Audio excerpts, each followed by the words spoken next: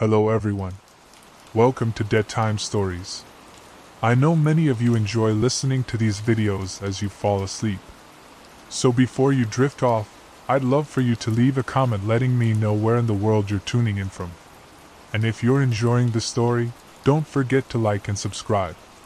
Alright, now let's get comfortable, relax, and dive into tonight's story. The little yellow house at the end of Birch Hollow Road had been empty for nearly 2 years before Eleanor Matthews arrived. The lawn had grown wild, its grass thick and spongy underfoot, littered with broken twigs and forgotten things, an old child's ball, a cracked bird bath, the rusted frame of a bicycle half swallowed by ivy. The shutters hung crooked. The paint, once sunflower bright, had faded to a chalky butter. But to Eleanor, it was beautiful. She stood at the edge of the driveway on the day she moved in, a cardboard box under one arm and her cat, Rufus, curled up in a carrier at her feet. The wind carried a smell of honeysuckle and old rain. It was early autumn, just cool enough to pull her cardigan tight. "Well," she said to no one, "let's see what kind of ghosts we're dealing with." The realtor had said the house was clean. "Old bones, but solid," he promised, and Eleanor believed it. She wanted to believe it. After all, this was meant to be her soft landing after everything, the grief, the retirement, the long nights with nobody to talk to but the television. The inside of the house was dim, and smelled faintly of cedar and something older, something like wet stone. Her footsteps echoed faintly on the hardwood floors as she walked from room to room. She liked the clawfoot tub upstairs and the bay window in the living room, even if the glass was smudged and the curtains moth-eaten. The house had quirks, but she had time. No more alarm clocks. No more parent-teacher meetings. Just mornings with coffee and evenings with a book. She unpacked slowly. That first night, she lit a cinnamon candle in the kitchen, sat at the old oak table left by the previous owner, and watched the sun vanish behind the trees. The wind whispered through the chimney. Rufus slept curled on the windowsill, perfectly at peace. Then came the sound. It was faint, so faint she almost didn't hear it at all. A low, wet gurgle from the sink behind her. She froze, spoon halfway to her mouth, listening. There it was again. A breath. Eleanor turned toward the sink, her spoon still hovering in her hand. The gurgling sound faded quickly, replaced by silence, so complete it felt unnatural. Rufus stirred, his tail twitching, ears perked toward the kitchen. She approached the sink, bare feet making soft thuds against the linoleum. The faucet dripped once. The stainless steel basin stared back at her, dull and scratched, reflecting her shape in soft, warped lines. "Just old pipes," she said aloud, trying to make the words solid enough to believe. She turned on the faucet and let it run for a few seconds, then shut it off and waited. Nothing. "See? You're being ridiculous." She gave the drain one last glance before turning away and heading upstairs. Still, as she climbed the creaking steps, she couldn't shake the feeling that something had been listening. Not just making noise, but listening. The next day passed in quiet routine. She set up her books in the living room shelves, brewed a strong pot of tea, and called her daughter, Claire, to check in. "It's nice here," Eleanor said, sitting on the porch swing, the phone pressed between her ear and shoulder. "Peaceful. Birds, trees, not a soul in sight." "Any creepy neighbors peeking through the blinds?" Claire teased. "Not a one. Just squirrels and one incredibly smug raccoon who's already figured out where I keep the birdseed." They both laughed. It felt good. That night she read for a while, Agatha Christie, her favorite, and drifted into a light doze in the armchair by the fireplace. Rufus was asleep again, nestled in the crook of her leg. The world outside the window was pitch black, the trees reduced to the silhouettes of bones under a waning moon. Then it happened again. The breathing. This time, it was unmistakable, slow, rasping, wet. Coming directly from the kitchen. Not pipes. Not air in the walls. Breathing. She sat up straight, her heart thudding in her chest. And then, softly, from the drain, a sound like a low chuckle gurgled up through the sink. The air felt different, cooler, somehow damp, like the breath of something just exhaled against her face. She didn't move right away. Her mind searched for logic, clinging to it like a raft in rising water. Maybe it was plumbing. A backup. Something harmless. It had to be. And yet, the smell hit her, faint but distinct. Not sulfur, not mildew. Something organic, like pond scum and rotting leaves. She stepped forward slowly, slippers shuffling against the worn linoleum, stopping just in front of the sink. The drain sat still. Ordinary. A thin ring of grime circled its mouth like a bruise. Her hand hovered over it for a moment before she dared reach for the light above the sink and flicked it on. Bright fluorescence poured over the basin. There, just for a second, she saw something move in the water pooled at the bottom. Not a ripple. Not a bubble. An eye. A dark, round eye, staring up at her from the depths. She gasped and stumbled back, knocking over a small ceramic jar of dried basil. It shattered on the floor, the crash ringing through the kitchen like a scream. By the time she looked again, it was gone. Just dull steel and water again. Eleanor braced herself against the counter, hand over her heart. "You didn't see that," she whispered. "You didn't. You're tired. That's all." But Rufus stood at the doorway now, tail puffed, ears flattened, and he hissed, loud and long. At the sink. She didn't sleep that night. Instead, she sat upright in her bed with all the lights on, one hand buried in the cat's fur, the other clutching the remote. The TV played soft jazz, but she didn't hear a note. From the floor below, just barely audible under the saxophone, came the slow, steady sound of breathing. By morning, Eleanor's nerves felt like frayed wires, twitchy, exposed. The sun did little to chase away the feeling that something had crept too close during the night, something that didn't belong. She made herself coffee and stared at the kitchen sink like it might bare its teeth. "No more games," she muttered and reached for her phone. She called the plumber listed on the magnet the realtor had slapped on the fridge. "Nick's Pipes and Repairs," with a cartoon wrench for a logo.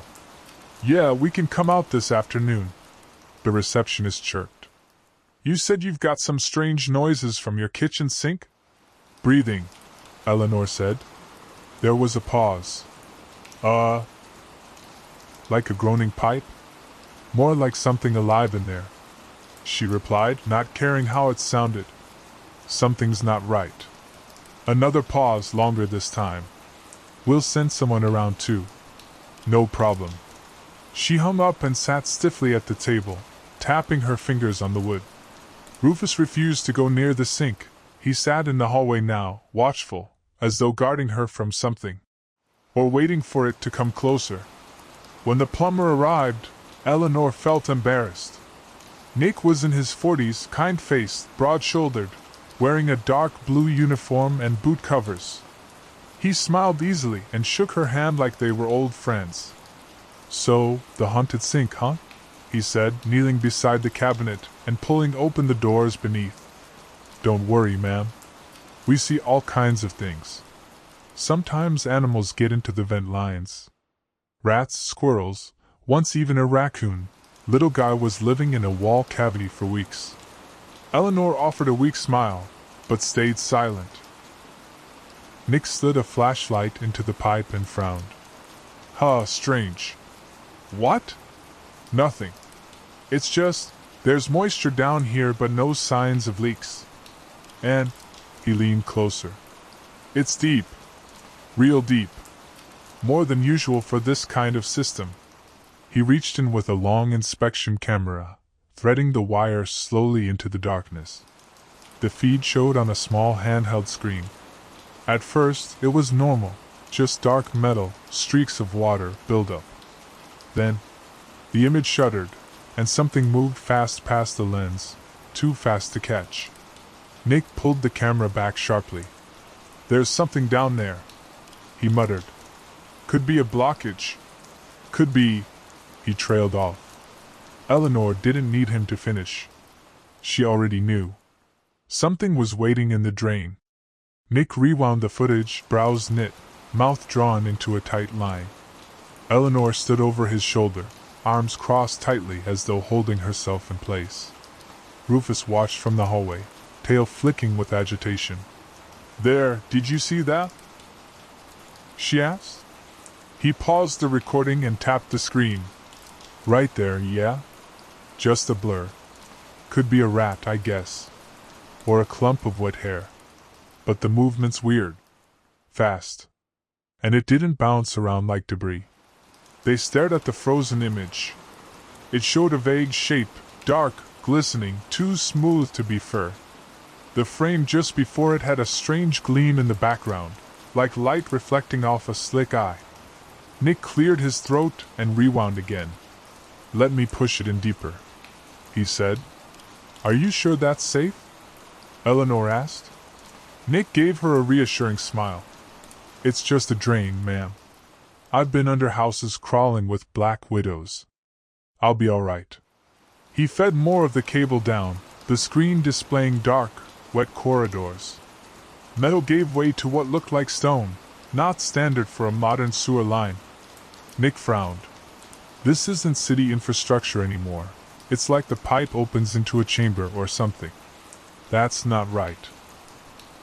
A whisper echoed up the drain, so faint Eleanor thought she'd imagined it. "Nick!" He froze. "Did you hear that?" she asked, voice low. Nick sat motionless, eyes on the screen. Then he pulled the cable out fast, the reel spinning as it recoiled into the case. "Nope," he said shortly, standing. "I'm not messing with this. Something's off." "You're leaving?" I'm not a paranormal guy. I fix pipes. This," he waved a hand toward the sink. "This is not plumbing." "Then what is it?" Eleanor asked. Nick hesitated, mouth open, as though about to speak. But then, something from the sink whined, a long, thin cry, high and strained, like a drowning child underwater. Nick backed toward the door. "I'm sorry," he said. "Get someone else. I don't know what the hell's in there, but I'm not sticking around to find out." And just like that, he was gone. Eleanor stood alone again, the soft echo of the whimper still swirling in the pipes. The door clicked shut behind Nick, and for a long moment, Eleanor stood in stunned silence, her heart thrumming like a trapped bird against her ribs. The kitchen seemed too quiet now, like the whole house had gone still to listen. She didn't move, not until she heard it again. "Eleanor." It wasn't a voice meant for air. It was soaked in water, distorted, like something struggling to speak through a mouthful of stagnant sludge. But it said her name, clearly. Her knees nearly buckled. She stumbled backward, hitting the counter behind her, eyes fixed on the sink. "No," she breathed. "No, no, no, this is not happening." The drain gurgled, as if laughing. Rufus hissed from the hallway again, low and furious. His eyes glowed, fixed on the basin. Then he turned and bolted down the hall, claws clicking against the hardwood. Eleanor backed away, hand trembling as she grabbed her phone and fumbled to unlock it. She needed someone, anyone. Claire, the police, a priest. She didn't even know. But before she could dial, the voice returned, louder this time. "I see you." She dropped the phone. It skidded across the kitchen floor, stopping just beside the drain. She didn't dare move closer to retrieve it. Instead, she turned and ran. Up the stairs, into her bedroom, slamming the door behind her. She leaned against it, breathing hard, every joint aching with tension. From the hallway below came the wet, scraping sound of something slithering through pipes, like meat dragged through narrow tunnels. Then silence. Long, dead silence. She stayed upstairs until morning, clutching the old baseball bat Walt had kept under the bed for decades. It had felt silly when he was alive. Now, it felt like the only thing she had. When she finally stepped downstairs, the kitchen was as she had left it. Except, her phone was sitting on the kitchen table, neatly placed, screen up, and on the screen was a new voicemail. Unknown number. 3:14 a.m. 001. She played it. A gurgle, then a voice. Soon. Eleanor stared at the phone for several long seconds after the voicemail ended, the silence in the kitchen growing thick and cloying, like the humidity before a summer storm. She tried to tell herself it was a prank, a sick joke. But that voice, it wasn't human. It had that same wetness to it, like it had been pulled up from a place too deep and dark for sunlight. A sound scraped together with waterlogged lungs and ancient teeth. Her hands were shaking as she deleted the message. It didn't help. She needed to do something. Anything. Sitting in this house and waiting for whatever was happening wasn't an option anymore. She grabbed a flashlight and opened the door to the basement. The air that met her was cold and smelled like moldy earth. The light switch flicked on, casting weak yellow light down the steps. Rufus appeared at her side, silent this time, but his ears were back and his tail flicked nervously. Together, they descended. The basement had a low ceiling and stone walls, the kind that wept with dampness. It had always made her uneasy, but now that unease had festered into something heavier, something laced with dread. In the far corner sat the plumbing access panel, a steel plate, bolted to the wall behind the water heater. Eleanor knelt beside it. The bolts were old and rusty, but not sealed. Someone, maybe Nick, had loosened them. She hesitated. Then slowly, deliberately, she pried the panel open. The darkness inside was almost unnatural, a void black and deep, with a faint pulse of wet air rising from it. And deeper in, behind the tangle of pipes, she heard it again. A voice. It wasn't speaking this time. It was singing. Soft, low, and off-key. A child's lullaby, warped by water and distance. Sleep now, sink low. The drain will keep you down below. Eleanor clapped the panel shut and staggered backward, nearly tripping over a box of Christmas decorations. The sound didn't stop. It grew louder. The stone wall behind the panel seemed to hum, like a throat preparing to speak. She ran upstairs, 2 steps at a time, and slammed the basement door behind her. Rufus zipped past, a blur of orange fur. She locked the door, heart pounding in her chest like a hammer against wet wood. For the first time, she understood something terrifying. The thing in the drain wasn't just watching her. It was learning her. Reaching out. Getting closer. The next morning brought no relief. The sun rose pale and weak through a veil of mist that clung low over Birch Hollow Road. The windows of the little yellow house were beaded with condensation from the inside. Eleanor wiped one with her sleeve and stared out at the fog-blurred yard. Nothing moved. Not even the birds. She hadn't slept. Every time she started to doze, she'd hear it, a creak, a hiss, the soft plink of water where there should be none. The psalm from the basement still echoed faintly in her ears, looping in a sick, slow rhythm that made her stomach turn. She moved through the house slowly that morning, careful with each step, as if the floors might collapse under her. And as the silence settled again, she began to notice something new. The floorboards beneath her feet felt damp. She stepped back. Then forward. Damp again. Eleanor crouched and pressed her hand against the old oak floor. Her fingers came away wet. Her breath hitched. She followed the damp trail through the hallway, past the kitchen, to the living room. A spot beneath the rug squelched softly when she stepped on it. She pulled the rug aside. Beneath it, the wooden boards had darkened, swollen at the seams. A thin line of water seeped between them, clear but oily, the kind that smells of iron and earth. "No," she whispered. "This isn't possible." The plumbing hadn't burst. There'd been no rain. The leak, if it could even be called that, was rising. From underneath. From below. She reached for the phone again, hands trembling. "Claire," she said when her daughter picked up. "I need you to come." "What's wrong, Mom?" "I don't." She swallowed. "There's something wrong with the house. With the drains. It's not just plumbing. Something is in them." "Mom, slow down. Are you saying someone's in your house?" "No," she whispered. "Not someone. Something." There was silence on the other end.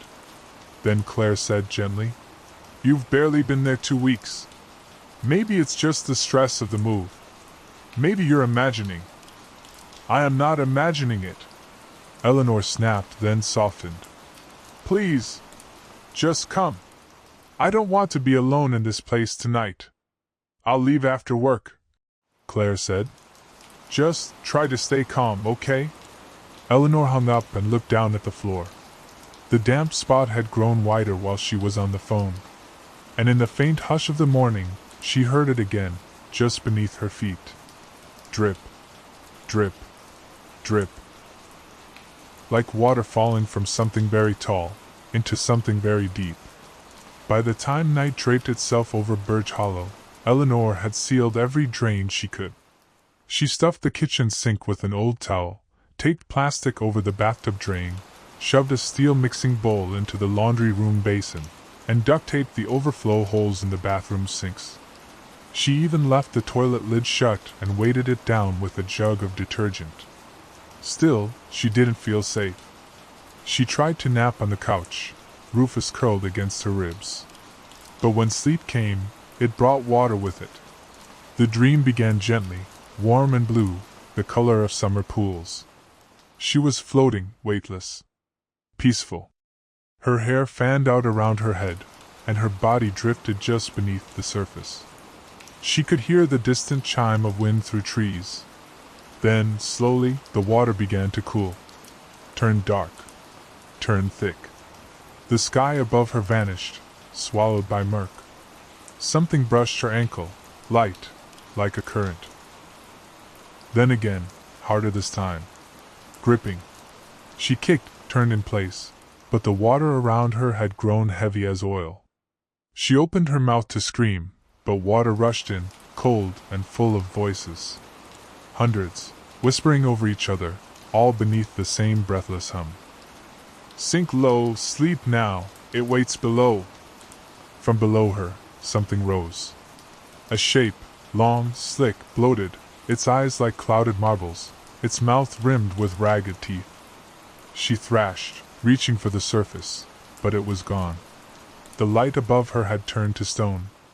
The thing touched her foot, climbed her leg, smiled.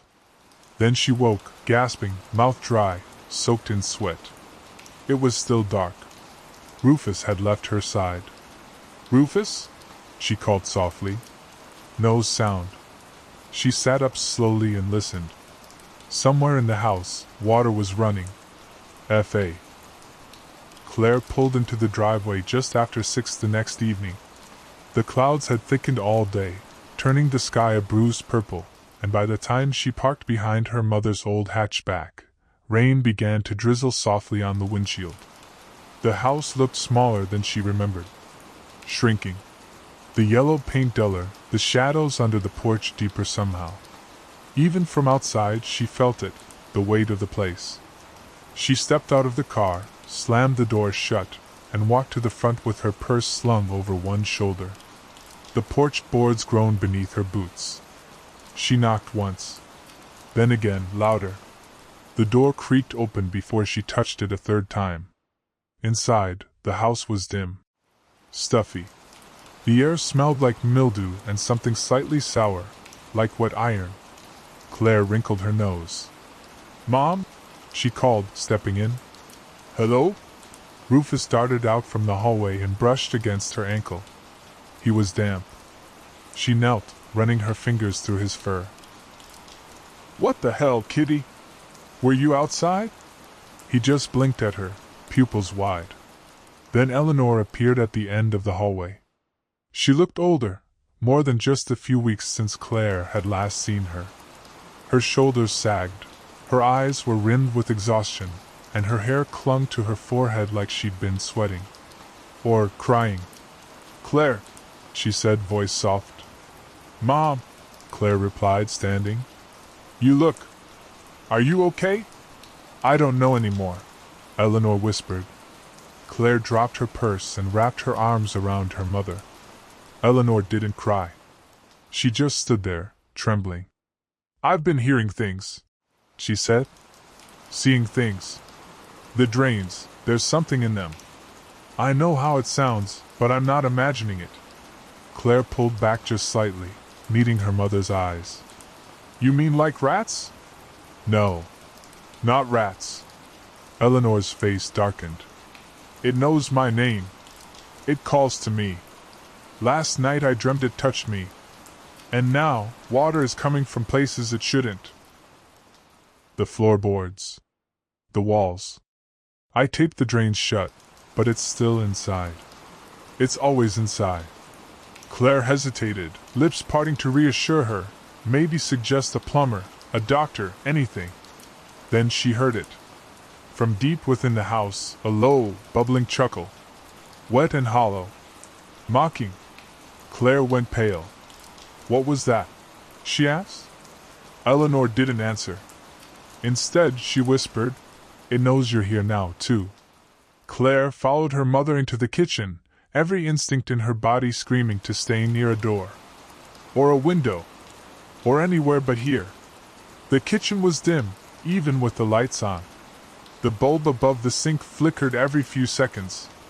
A towel had been jammed into the basin's mouth, duct taped around the edges like a bandage over a wound. But there were wet spots around it, trickles of water snaking out from the corners, as though the thing beneath was slowly bleeding into the room. Claire crouched down, peeled back a bit of tape, and immediately flinched. "What the?" She pulled her hand back, wet. "This towel is soaked, Mom. You've got a serious leak under here." "It's not leaking," Eleanor said softly.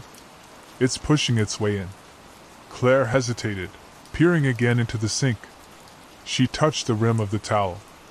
For a moment, she thought she felt it pulse beneath her fingers. A soft, rhythmic beat. Like a heartbeat. Or breathing. She backed away. "No," she whispered. "You believe me now." "I don't know what I believe, but that's not normal." Claire ran a hand through her hair, her breath hitching. "Maybe you've got a busted sewer line. Maybe something flooded under the house. That could explain the moisture, the weird smells, the—" "I called the plumber," Eleanor interrupted. "He left. Fast.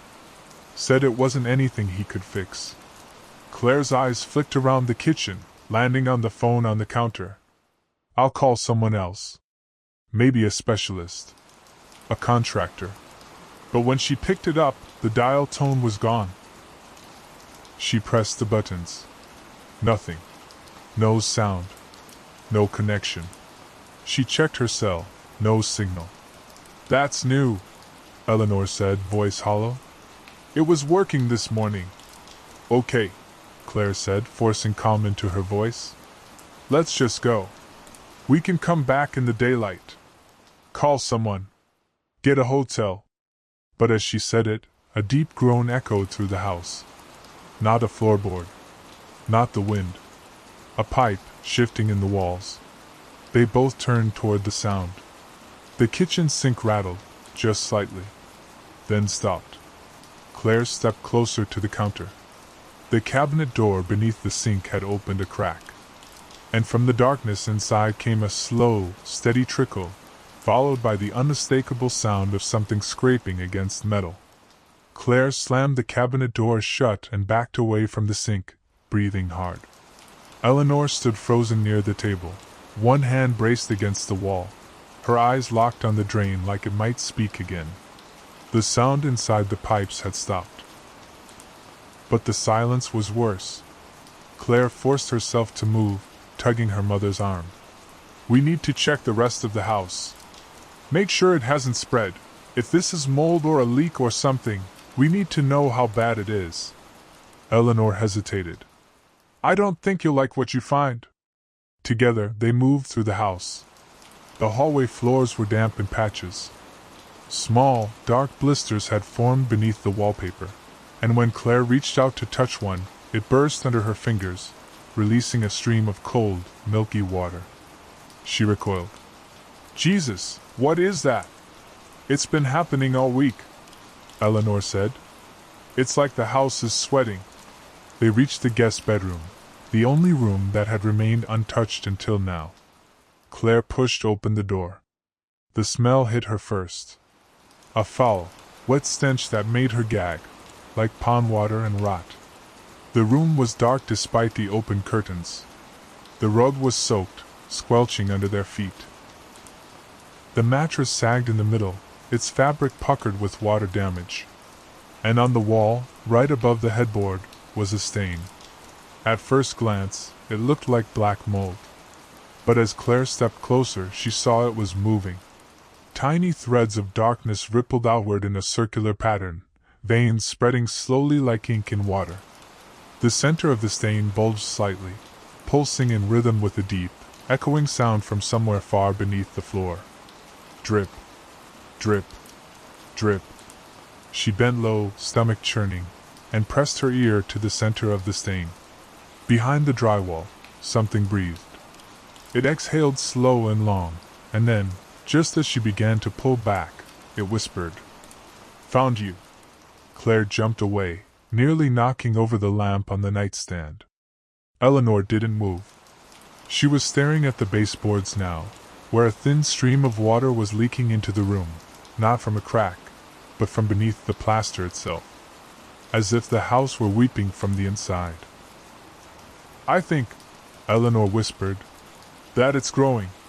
Claire and Eleanor backed out of the guest room, closing the door behind them like it might hold something in. The knob felt damp in Claire's hand, and when she pulled away, her palm came back smudged with black sludge. They didn't speak as they moved down the hallway. Every step felt heavier now. The air had changed again. Thicker. Wetter. It clung to their skin and clothes like a thin film of invisible mucus. The lights flickered once, then dimmed permanently, plunging the house into a twilight glow that didn't seem to come from any natural source. Claire paused by the bathroom door. "We need to check the tub," she said. Eleanor just shook her head. They stepped inside. The duct tape covering the tub drain had peeled away on its own, now curled in shriveled loops at the edges of the porcelain. The drain sat wide open at the bottom, black and glistening like a wound. Water stained the inside of the tub in a slow spiral. Not from the faucet, but from the drain upward, as if something had been crawling its way out. Rufus appeared in the doorway, his orange fur sticking up in tufts. He growled, a low, unnatural sound, and hissed at the bathtub. Claire reached for her mother's arm. "Let's get out of this room." But as they turned, they heard it again. Drip. Not from the tub this time. From the hallway. Claire stepped back into the corridor and froze. A line of wet footprints had appeared on the wood floor, glistening under the low light. Bare feet. Small. Child-sized. They led away from the bathroom and down the hall, turning sharply at the old linen closet. The closet door stood ajar. "Was that open earlier?" Claire asked, her voice barely above a whisper. Eleanor shook her head slowly. Together, they approached. Claire reached out. The door creaked open with a reluctant moan.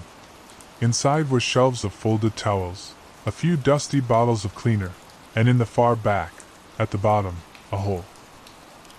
A narrow, jagged opening had been torn through the floorboards and the drywall behind them. It gaped into pitch blackness. The air that rose from it was wet and cold, tinged with something faintly metallic, like old blood. From within, something stirred. And then, a whisper drifted out, so close it tickled the edge of Claire's hearing. "You brought her to me."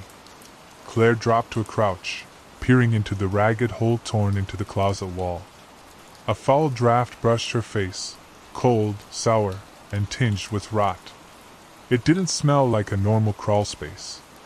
It smelled like a graveyard after rain. "There's a void behind the wall," she muttered. "Like an old crawl tunnel. Or maybe a sealed crawl space that caved in. No one ever mentioned it in the inspection report." Eleanor whispered behind her. Claire grabbed her phone, flicking on the flashlight. The light cut through only a few feet of the hole before being swallowed by darkness. The edges of the crawl space walls were stone and dirt. Not concrete, like the house's foundation should have been. The floor inside looked soft, like wet earth that had been disturbed, dug through. "I'm going in," Claire said. "No," Eleanor said sharply. "Please, don't." But Claire was already pulling a towel from the shelf and laying it on the floor. "If this is where that water's coming from, if something's burrowed through under the house, we need to know. You can't live here with this going on." She slid into the space head first, flashlight ahead of her, dragging herself forward on her elbows. The walls closed in quickly, the ceiling barely high enough for her to move without scraping her back. The smell got worse the farther she went. The air was thick with dampness and something older, like roots and rot and wet bones. Behind her, Eleanor's voice was tight. "Claire? Claire, are you okay?" "Still here," Claire called. "But it gets deeper. There's a slope, and I think—" She paused. The beam of her flashlight had landed on something. At first, it looked like fabric, pale and tattered, lying in the mud. Then she realized it was a shirt.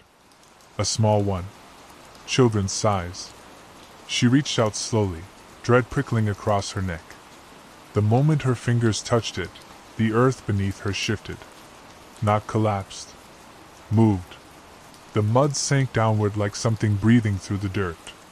Claire froze. Then she heard it again, right in front of her, no more than a few feet away. A slow, wet inhale. And then, "You came down where it's quiet." Claire scrambled backward, her knees and elbows slipping in the wet earth, the flashlight bouncing wildly across the crawlspace walls. Her breath hitched with panic. Behind her, Eleanor knelt at the hole, calling out. "Claire? Claire! What is it? Come back!" Something in the mud shifted again, not a cave-in. Not water. Something large, moving just beneath the surface, just slow enough to make her question if it had really moved at all. Claire rolled onto her side and shoved herself back toward the hole, dragging the soggy child's shirt with her out of instinct more than purpose. As she neared the exit, a sudden gust of freezing wet air rushed up the crawl tunnel from the dark below, slicking her hair to her scalp. Then came the voice again. "You don't belong above." It was right beside her. She burst through the hole and into the linen closet, scrambling back across the towels and landing in a heap at her mother's feet. Her flashlight clattered to the floor. Eleanor pulled her up and shut the closet door hard, hands shaking. Claire dropped the child's shirt between them. It was soaked, mud-streaked, and covered in tiny puncture marks, as if something with rows of fine teeth had chewed at it. Either of them spoke for a long moment. Then Claire whispered, "Something's living under the house." Eleanor gave a short, horrified laugh. "Not living. Not like us."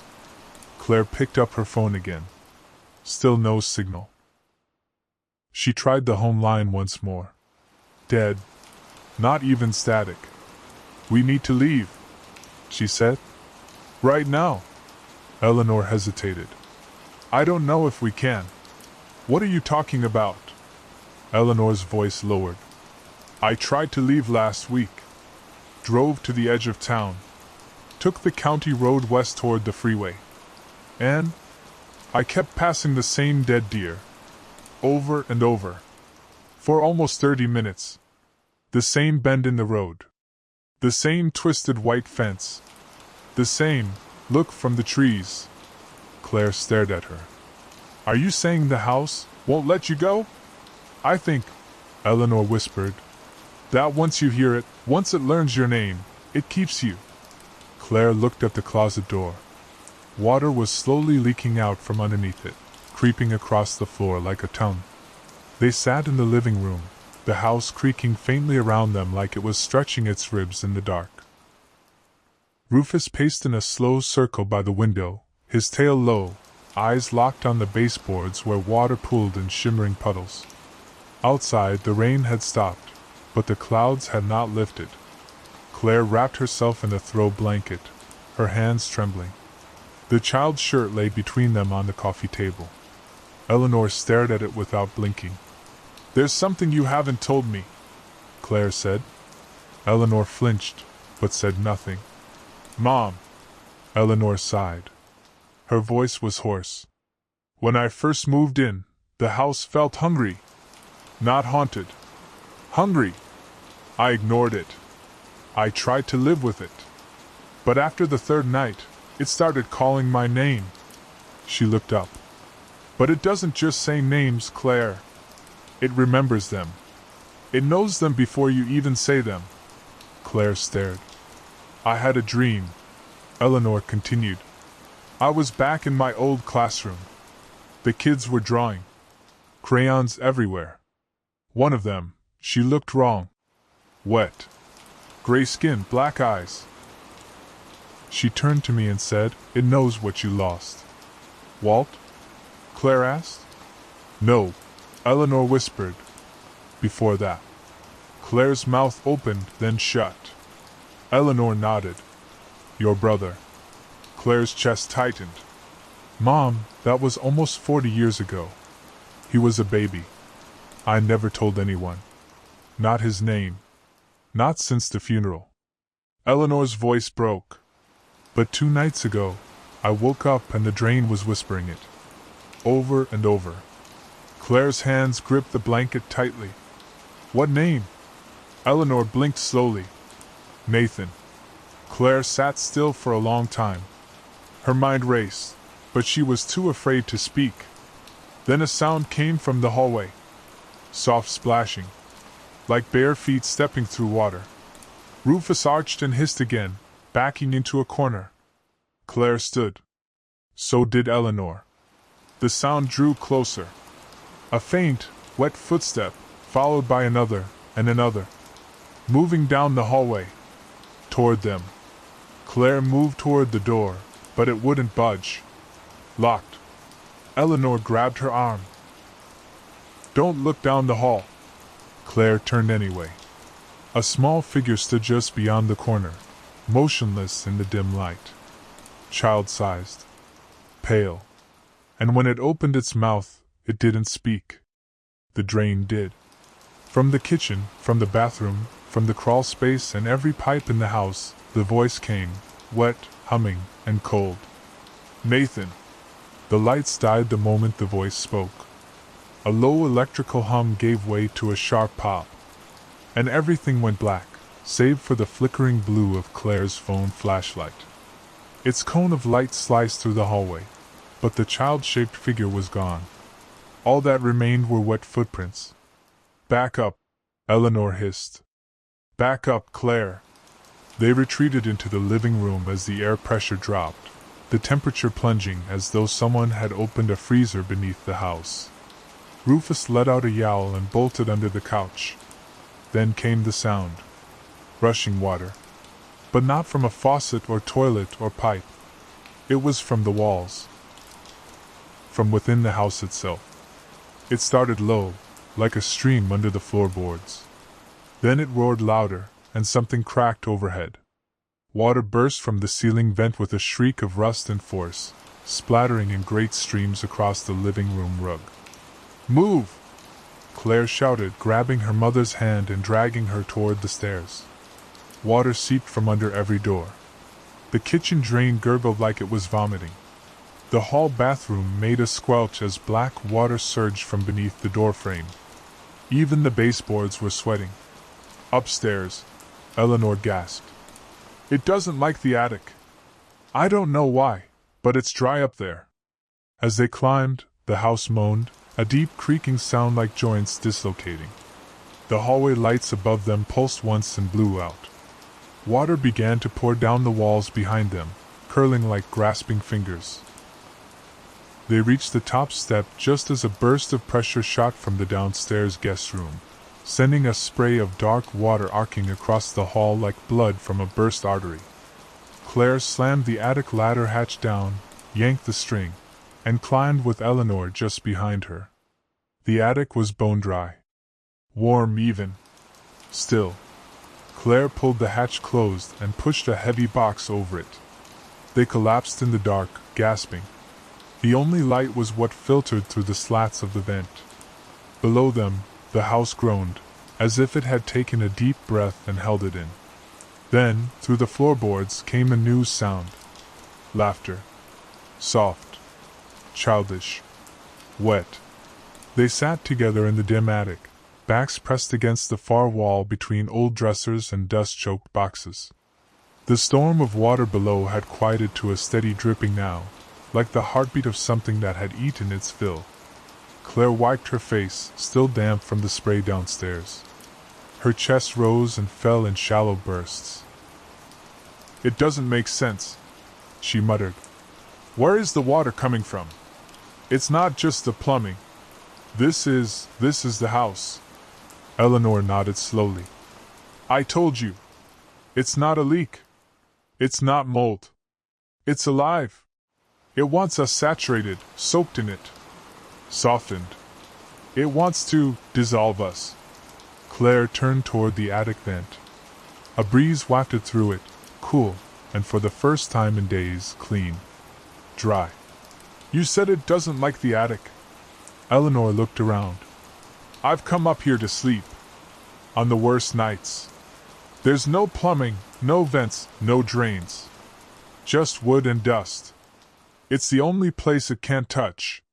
Claire stood and moved toward the floor hatch, listening. Below, she could hear the house breathing again. Wet creaks in the walls.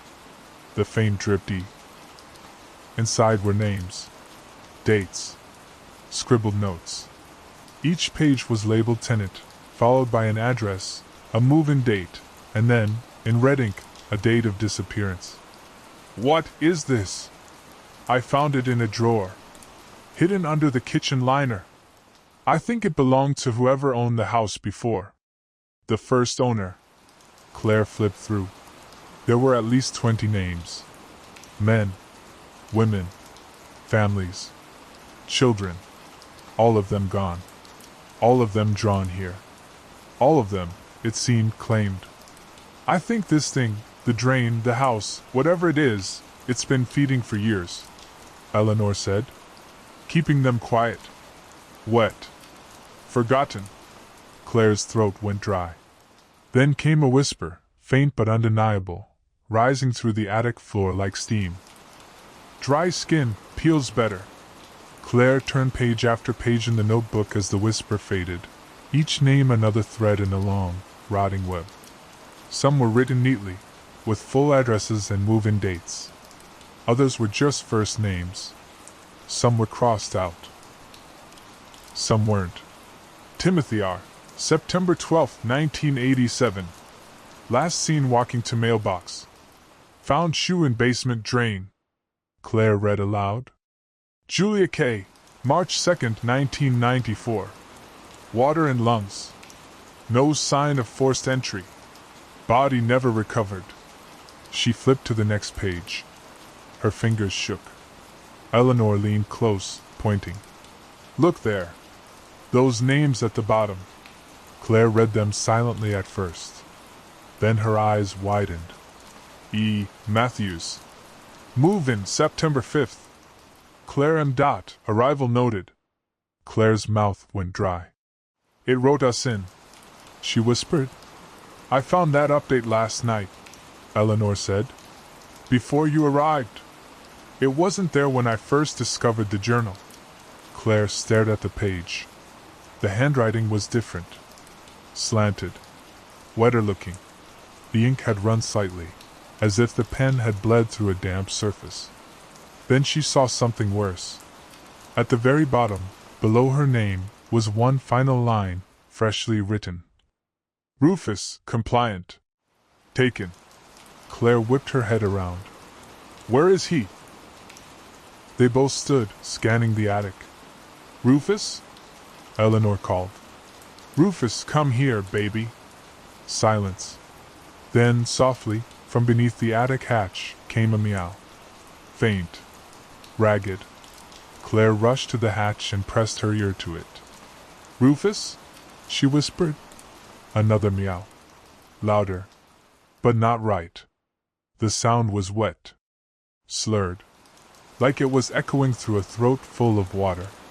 Then came the voice, not Rufus's, not even pretending anymore. A low, burbling whisper that made her stomach twist. You're already written in. The attic shook beneath their feet. Dust rained down from the rafters. From the floorboards came a groaning sound, wet wood straining. Claire stumbled backward. The hatch was bulging. Something was pressing up from beneath. Slowly. Relentlessly. The attic hatch swelled upward, its edges groaning against the pressure beneath, like something was trying to birth itself through the boards. The weight of the storage trunk Eleanor had dragged over it shifted, its metal latches creaking. Claire stepped forward, heart hammering. Don't, Eleanor hissed, pulling her back. But Claire had already moved the flashlight over the hatch. From the edges seeped a thin black liquid. It leaked in narrow trails, curling along the floor like veins. The wood bowed again. Pop. One of the screws shot loose, skittering across the attic floor. Then a sound came up through the crack, not a voice this time.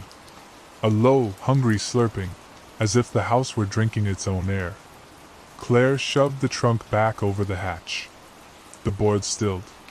For a moment, the silence returned. Then Eleanor gasped and pointed toward the far wall. The wood there was warping. Dark streaks bled from the seams in the planks.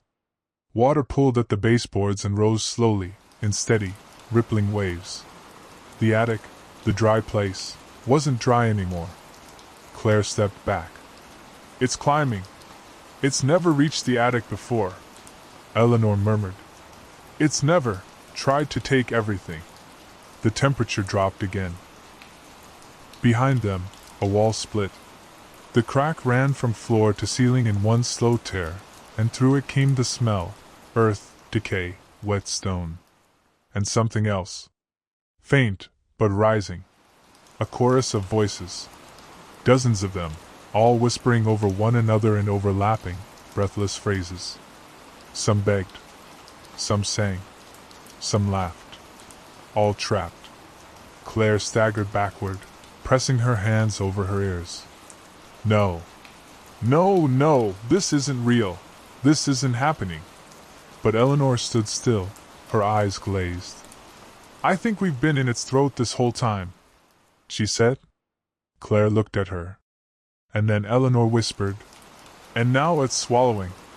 The boards beneath them let out a long, wet crack, like an old bone splitting down the middle. Claire turned just in time to see the center of the attic floor begin to sink, bowing inward. Not from rot or collapse. No. It was opening. The floor wasn't breaking. It was peeling, like lips drawn back from teeth. Boards curled and lifted, their edges splintering like nails, revealing a pit of oozing black sludge beneath. And then came the tongue. Long, wide, pulsing with veins. Not a literal tongue, but something like it, fleshy, bloated, coated in mucus and crawling with pale tendrils. It rose slowly from the pit, slapping wetly against the floor as it reached out, seeking them. Claire screamed and dragged Eleanor back. The mouth widened. Not just a hole. A throat. From its depth came sounds, slurred voices, wet breathing, and faint mewling cries that mimicked Claire's own voice, and Eleanor's, and others they'd never heard. You're not real, Claire gasped. You're not real.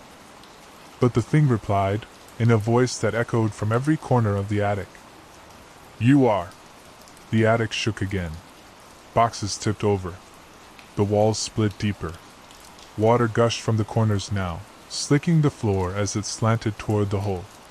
Eleanor clutched the notebook to her chest. The name's Claire. Write it out. What? If it writes us in, we can write it out. She flipped the notebook open, rifling through the damp pages. It mimics. It copies. It records. We change the story. Claire grabbed a pen from the attic supply box, old, rusted, but still working, and turned to the last page. She scrawled in trembling ink, "This house forgets Eleanor Matthews. This house forgets Claire Matthews." For a moment, nothing happened. The mouth paused, still gaping, still breathing. Then the attic lurched. The wetness pulled back like a receding tide. The black tongue twitched, spasming. And then, it screamed. A sound like dozens of pipes bursting at once, a pressure wave of water and rage. The floor trembled. The roof groaned. The vent exploded outward in a spray of mold and wind. Eleanor pulled Claire into the far corner. The notebook trembled in her hands. Then, just as suddenly as it had begun, silence. The mouth had closed. The floor healed slowly, as if the boards grew back from within. No more water. No more whispers. Only the attic remained. And the faint scribble of ink, still drying. The sun was rising when Claire and Eleanor finally pushed open the attic hatch. The house was silent. Not calm, empty. The kind of stillness that follows a storm too large for the land to absorb. The air was dry, brittle. The water that had soaked the walls and flooded the floors was gone. Evaporated. Absorbed. Or taken with whatever had lived beneath. Claire stepped down first, 1 foot at a time, careful not to breathe too loudly. The house below smelled of dust and old wood, the rich earthy scent of a place that had held its breath too long, and now exhaled decay. Eleanor followed. They walked through the hallway, past walls that were no longer warped. The guest bedroom door hung slightly ajar. Claire reached for it, paused, then slowly pushed it open. The room was dry. Sunlight filtered through the thin curtains, falling across a perfectly made bed. The floor was clean. No mold. No wet stains. No scent. But something was missing. She turned to Eleanor. The closet. They opened it together. The hole in the back wall was gone. No torn wood, no stone tunnel, no cold breath rising from the earth. Just an unbroken panel of drywall, painted the same soft cream as the rest of the house. Claire knelt and pressed her palm against it. Solid. And yet, her fingers tingled. The way your skin does when pressed too close to something with a heartbeat. "Do you feel that?" she whispered. Eleanor nodded. Downstairs, the kitchen sink was clean. No black rings. No damp towels. No trace of the gurgling breath that had whispered Eleanor's name for weeks. Claire picked up the old rotary phone. It rang. The dial tone returned, clear and steady. She checked her cell. 5 bars. They left within the hour. Claire packed what she could into the car. Eleanor didn't look back at the house even once as she climbed into the passenger seat. Rufus leapt into the back seat on his own, curling into a tight ball, purring quietly. They drove down Birch Hollow Road, passing the fence, the sagging mailbox, the tall hedges. Everything looked the same. But when they passed the old oak tree at the edge of the street, Claire slowed the car. A shape stood just behind the branches. Small. Still. A child-sized figure, unmoving. They drove on. Claire didn't speak again until they hit the highway. And behind them, the house began to hum. They didn't talk much on the drive. Eleanor kept her hands in her lap, clutching the worn notebook as though it might vanish if she let go. Claire drove fast but carefully, eyes flicking too often to the rearview mirror. Rufus lay between them in the back seat, quiet and still. The longer they drove, the more Claire felt it. Not a weight exactly, but a tension, like something had stretched itself long and thin just to stay behind them. No shape. No sound. Just the pressure in the rear view, never quite visible. They reached Claire's apartment in the city by mid-afternoon. The parking garage was fluorescent lit and empty. Concrete dry. Claire felt the urge to check the drains in the corner, just in case. Inside, Eleanor moved slowly, her legs stiff, her face pale. Claire brewed tea and turned on every light in the place. The sound of the kettle was comforting, real, familiar, alive. They didn't speak much that night. Sleep came in fits. Claire woke around 3:12 a.m. She wasn't sure why at first. No nightmares. No sound. Then she heard it. The sink. Drip. Drip. She crept into the kitchen, barefoot, moving slow. The faucet was off. No puddle. No damp towel. But the drip continued. She knelt down. Opened the cabinet beneath the sink. Dry. And then, a breath. Not hers. Not human. It came from the drain, slow and ragged, and it said, so faintly she thought it might still be a dream. Hello again. Claire slammed the cabinet door shut and backed away. She stood there in the dark, arms wrapped around herself. Then she whispered, "You shouldn't be here. You're gone." But the drain exhaled again. And this time it said, "You wrote me in." Claire stood in the dim kitchen light, breath caught in her throat. The drain was silent now, as if it hadn't spoken at all. As if the wet voice that had greeted her had only ever lived inside her head. She turned on the faucet briefly. Cold water. Nothing strange. No bubbling. No breath. She shut it off, wiped the edges of the sink, and waited. Drip. A single drop slid down the faucet's edge, fat and deliberate, and struck the steel basin with a sound louder than it had any right to be. She returned to bed, but sleep was ruined.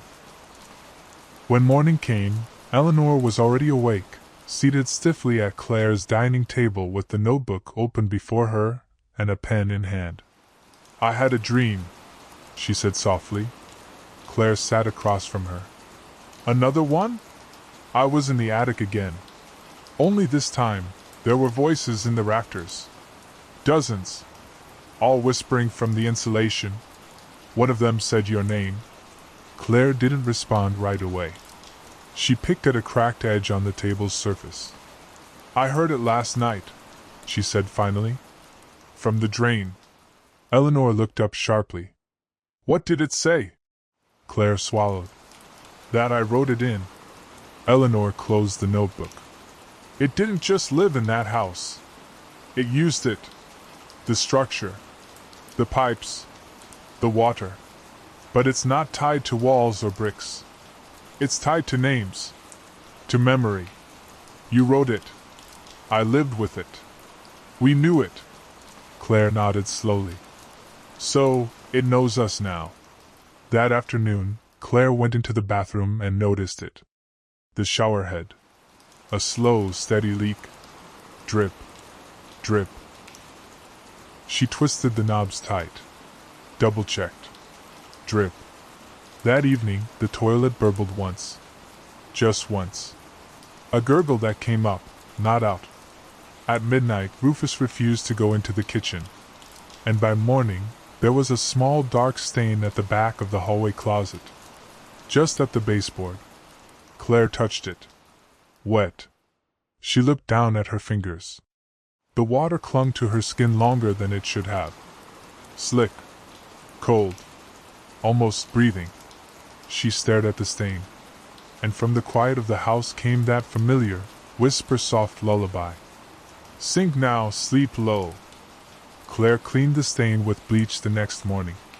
Scrubbed until her fingers ached, until her skin turned raw and pink. The rag came away brown and wet, though the wall hadn't cracked. Not visibly. She put her ear against it.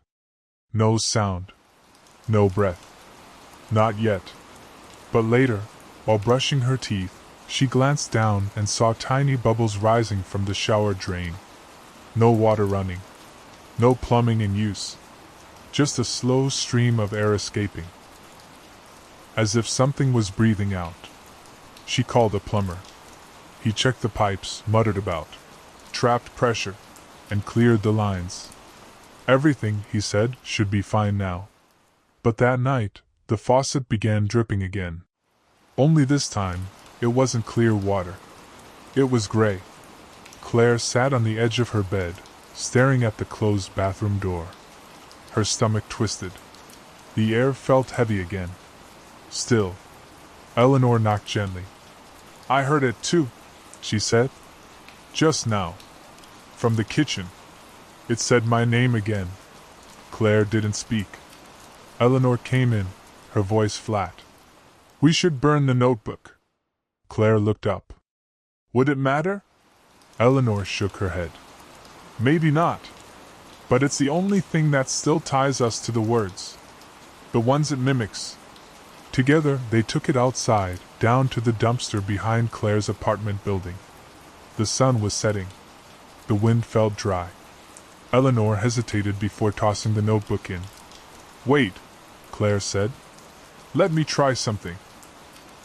She opened to the last page and scrawled with a trembling hand. "This house is dry. This house forgets the drain." She threw the notebook into the bin, and Eleanor lit the match. The fire took quickly. The pages curled and blackened, and for a moment there was peace. But just as the final corner burned, a sound rose from the flames, faint gurgling. A wet giggle. Then a hiss. And the fire extinguished itself. Smoke curled up into the sky. Claire stared down at the ashes. Behind her, she heard the apartment building's sprinklers activate. Unprompted. One by one. The sprinkler water fell in a lazy, uneven spray, too slow to be pressurized, too heavy to be rain. It hit the pavement in thick, deliberate drops, spattering Claire's shoulders and matting Eleanor's hair to her scalp. Claire stepped back from the dumpster, heart thudding in her chest. "It's here," she whispered. Eleanor's face was pale. She looked up toward the apartment windows. "It's always been here." They raced back upstairs. Claire unlocked the door and froze. Wet footprints led from the entryway toward the hallway closet. Bare. Small. Eleanor reached for the light switch. It didn't work. The kitchen bulb buzzed, flickered, then popped, plunging the room into a thin, gray light that seemed to come from nowhere. Claire moved to the hallway, dread crawling down her spine like a second spine made of ice. The closet door was open. Inside, the baseboards had bowed outward, the drywall cracking along the edges. The same sickly black sludge oozed from the corners, soaking into the carpet. The air smelled like rotten river mud, thick with moisture and metallic tang. Claire dropped to her knees and pushed aside a box of old shoes. Another hole. A small one. Circular. A drain. Right in the middle of the closet floor, lined with cast iron, choked with threads of hair and old, wet leaves. "What the hell? This wasn't here," she whispered. "It made one," Eleanor said from behind her. "Wherever it goes, it makes more." Claire leaned closer.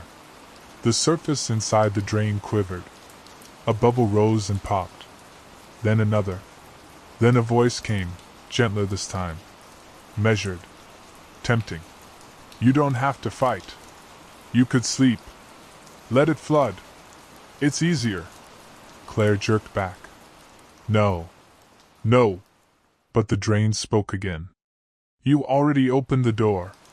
And then, the toilet in the bathroom flushed on its own. The showerhead sprayed a stream of cold water against the tile wall. The kitchen faucet turned on with a metallic groan. Every drain in the apartment had opened its throat. Water began to rise. Water surged from the sink and cascaded over the counter. The shower overflowed with a roar, spilling cold liquid across the bathroom tile. The toilet gurgled, sloshed, then vomited up a black froth thick with hair and flecks of something soft and pink. Claire and Eleanor stood frozen in the hall, surrounded by a rising tide. The living room carpet turned dark, then glossy, then submerged. In the closet, the new drain made a low pop, and the floor heaved, like something had shifted beneath the apartment. Claire grabbed Eleanor's wrist. "We have to go. Now. We'll climb down the balcony, call someone from the street." But when they turned, they saw it. The child-sized figure standing at the other end of the hallway. Same wet skin.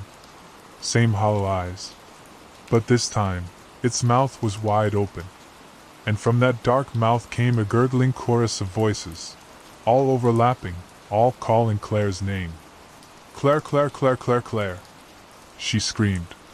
Water surged over the tops of her feet. Cold. Slick. Almost clinging.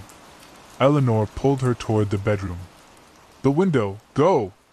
They shoved it open, wind screaming past them from the narrow alley 4 stories below. Claire turned to help her mother climb over. And froze. From the closet, something dragged itself out. Not fast. Not clumsy. Just slow. Confident. A hand first, gray, long-fingered, with nails like bark. Then an arm. A shoulder. Something rising from the drain that was too wide to have fit, and yet did. It wore nothing but water, shimmering down its skin, clinging like a veil. No eyes. No face. Just slits and holes, and a thin mouth that stretched up both cheeks when it smiled. Claire turned, wrapped Eleanor in her arms, and they jumped. The air howled around them. They hit a pile of soak. The neighbors had called. Someone saw the balcony doors blown open, the water pouring out in sheets. The fire department shut the building's water lines down and evacuated tenants. By morning, the entire apartment was condemned. The cause? Structural flooding. No official record of the crawlspace drain. No trace of sludge, or black water, or strange voices. But Claire knew better. So did Eleanor. They were taken to the hospital, treated for minor injuries.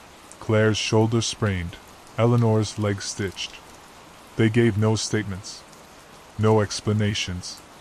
They didn't know how to explain what follows you through memory. That night, in a sterile hospital room smelling of antiseptic and cotton sheets, Claire sat upright in bed, staring at the vent above the sink. It had been silent for hours. Until now. Drip. One single drop. She turned her head. At the base of the wall, next to the nurse call button, was a tiny puddle. And above it, a name had been scrawled into the paint, barely legible. Wet like it had been written with a fingertip dipped in river water. Claire M. She blinked. The name was gone. The puddle remained. Across the hall, Eleanor stood in the bathroom mirror of her room. She'd taken a washcloth to her face, tired of the sticky residue she couldn't quite scrub off. She leaned closer. And in the corner of the mirror, a small white shape passed just behind her reflection. Not in the room. In the glass? She spun around. Nothing there. Her heart hammered.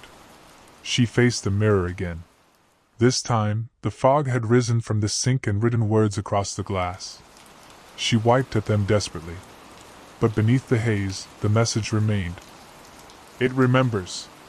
They didn't speak of it aloud. Not at the hospital. Not to the nurses. Not to one another. But the moment they were discharged, Claire and Eleanor left the city. They drove west. Desert country. Miles of cracked earth and sun-bleached highway. The kind of place that hates water, where even the wind tastes of dust. Claire found them a roadside motel, a rusted shell of a place with no working pool and cracked faucets that hadn't been repaired since the early 2000s. The air was dry. The pipes groaned but did not leak. They turned on no taps. They drank from bottled water and brushed their teeth from plastic cups, pouring the rinse into the dirt behind the building. Eleanor unplugged the bathroom sink and covered the drain with duct tape. Claire stuffed a towel under the shower door. They slept with the lights on. For days, nothing happened. No whispers. No stains.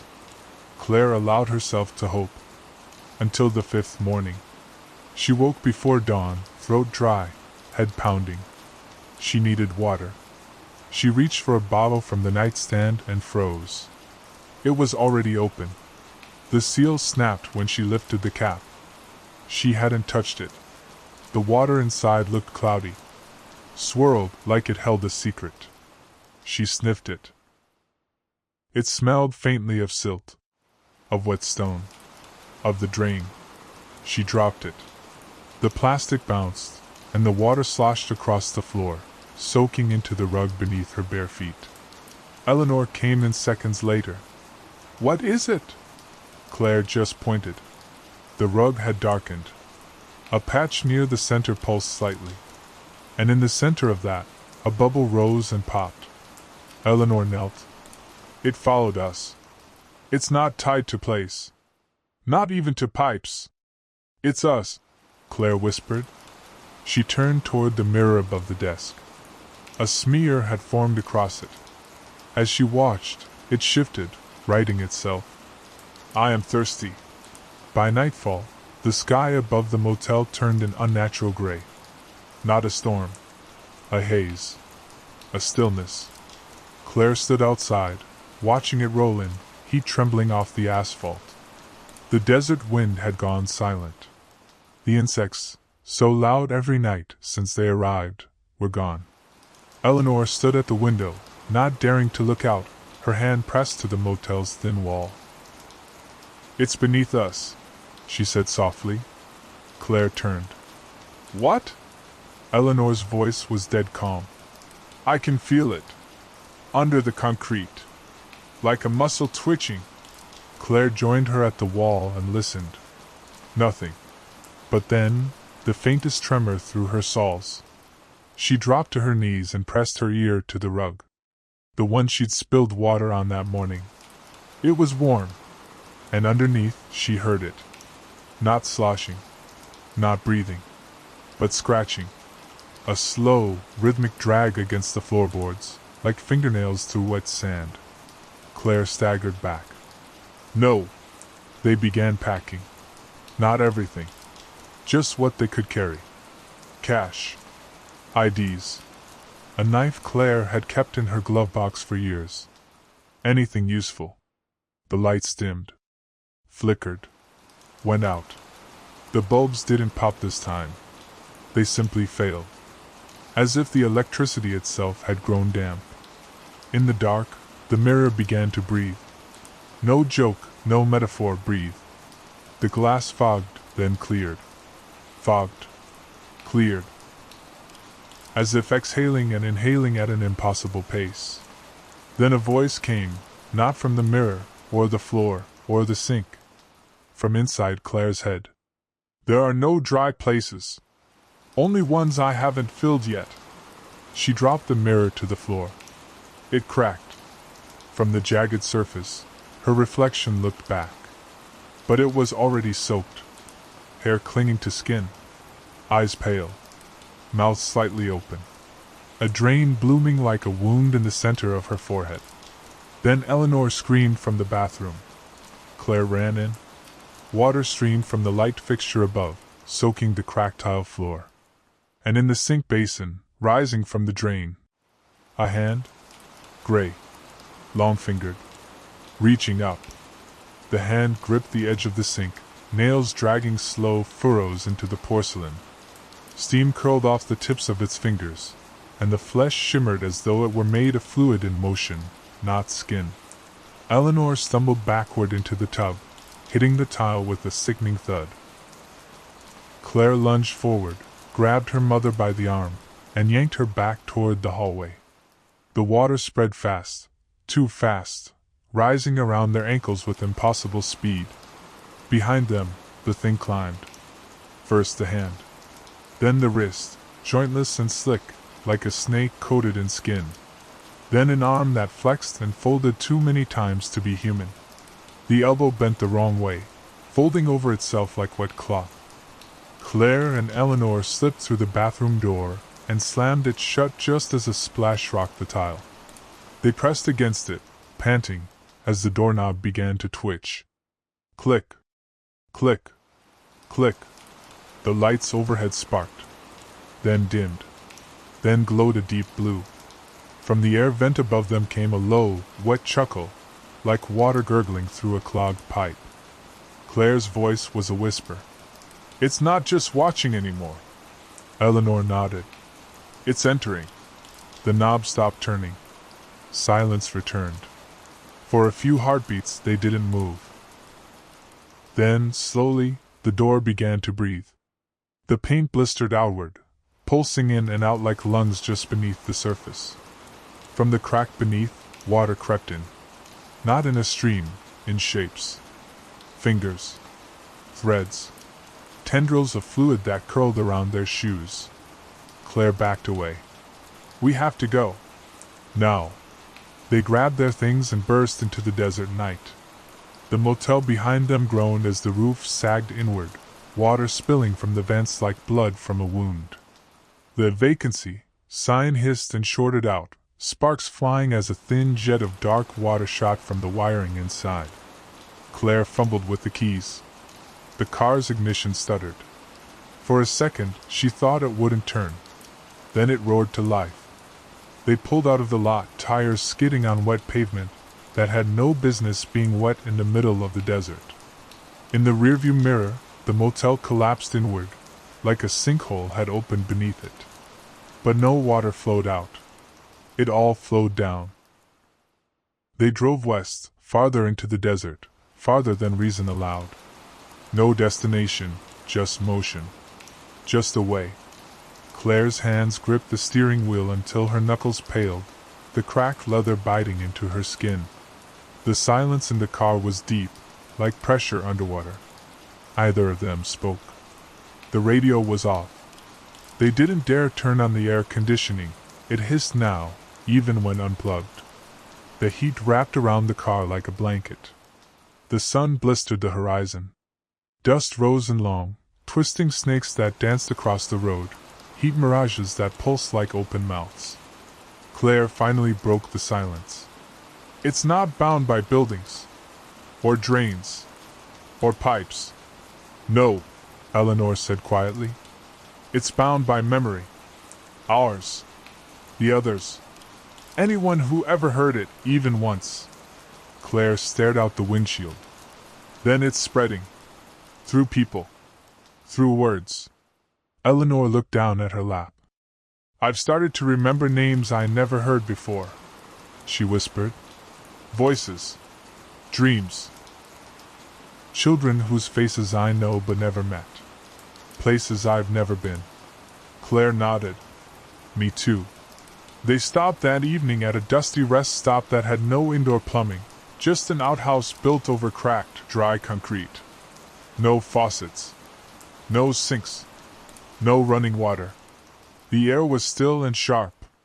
Claire parked far from the building. The heat had begun to cool, dusk pulling long shadows across the desert floor. They stepped out together, blinking against the fading light. Rufus meowed from the back seat. Claire cracked a window for him and set out a dish of bottled water. Then she paused. The water in the bowl was still. Then it quivered. Just once. She picked it up, held it to her ear. For a long time, she heard nothing. Then, barely audible, like a whisper in the marrow of her bones, "You're running from the ocean." Claire dropped the bowl. The water hit the sand and vanished too fast, as though the earth itself drank it with desperate hunger. Eleanor turned toward her, face pale. "It's not chasing us." Claire looked at her. "It's waiting." They kept driving deeper into the emptiest parts of the map, places where the GPS signal stuttered and died, where the roads stopped having names. At the edge of the Nevada border, Eleanor finally spoke again. "There's a place," she said, eyes fixed on the scrubland ahead. "I saw it. In my dream.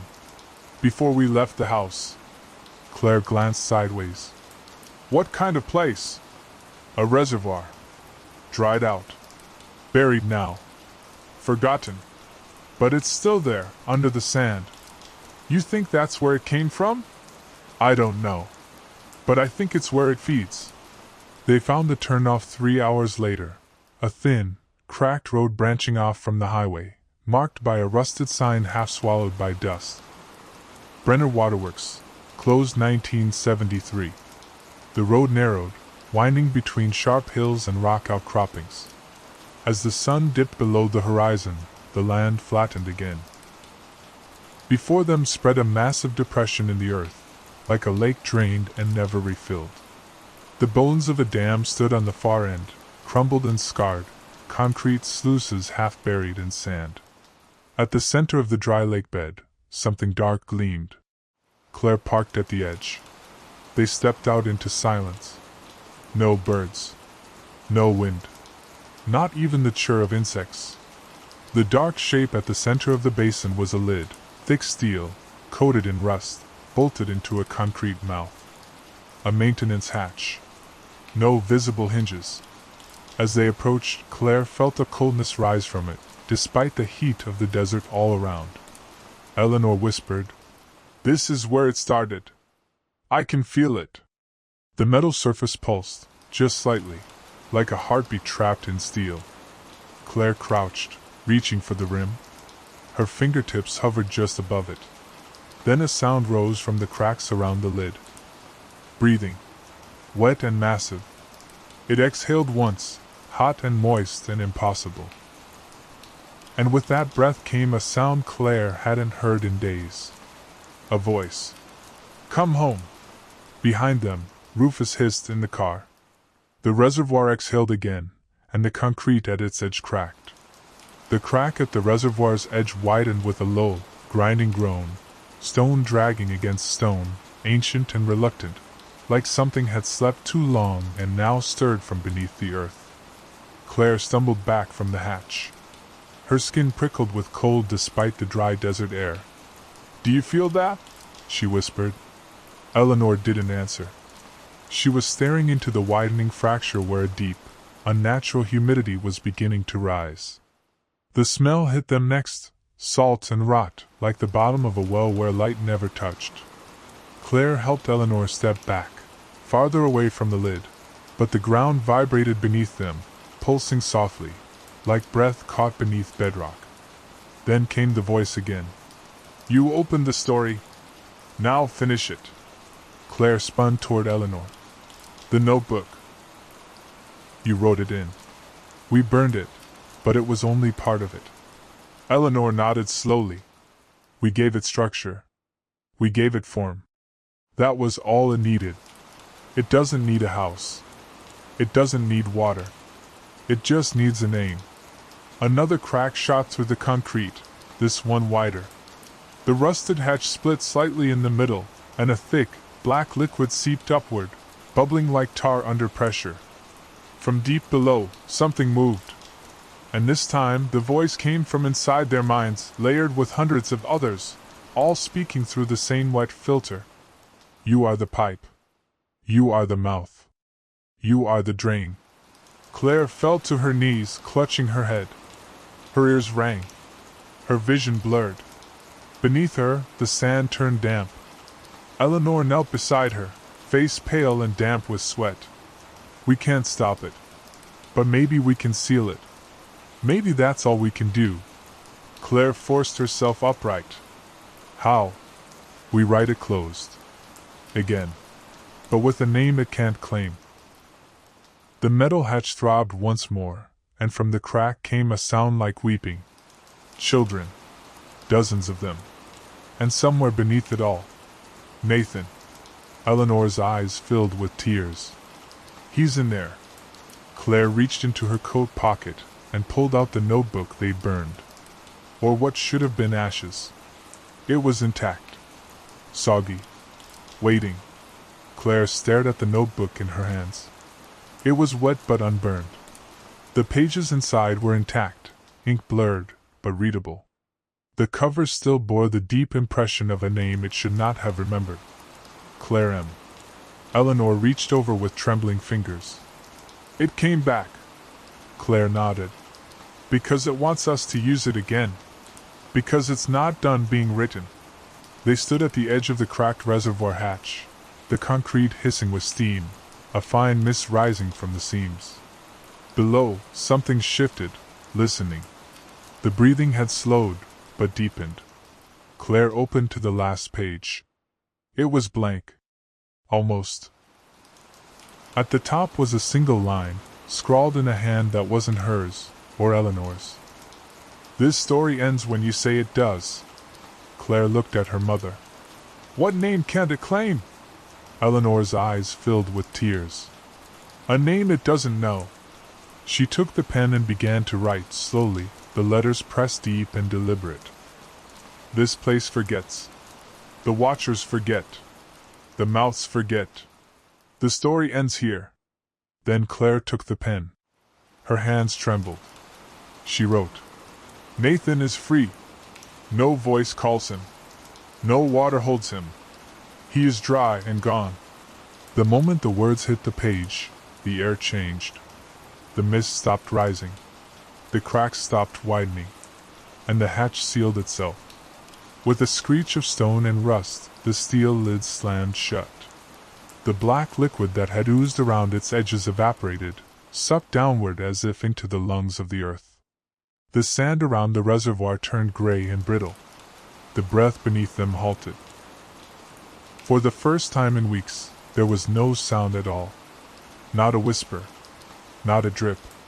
Just the hum of the desert wind returning. Eleanor closed the notebook.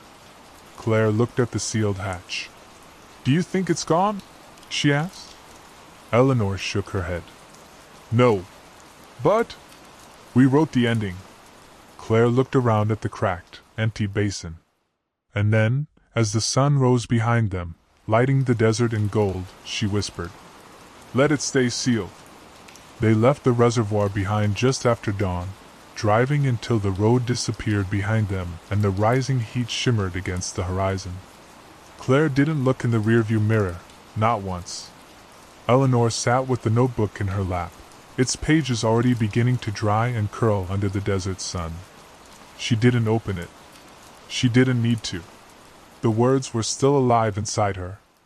"I don't feel it anymore," she said softly. Claire nodded. "Me either." They stopped at a gas station near the Arizona line. A lonely outpost with rusted pumps and a vending machine bolted into cracked stucco. No working restroom. Just a single wooden sign that read, "No water here. Don't ask." Claire almost laughed. They bought canned sodas and sat on the curb outside, their backs to the wide open land, sipping slowly as the wind picked up around them. For the first time in weeks, there was no scent of dampness. No cold breath rising from vents. No whisper from the shadows. Just the dry rustle of sand scraping against the pavement. Claire glanced toward the vending machine. One of the cans inside had tipped sideways, its aluminum face fogged with condensation.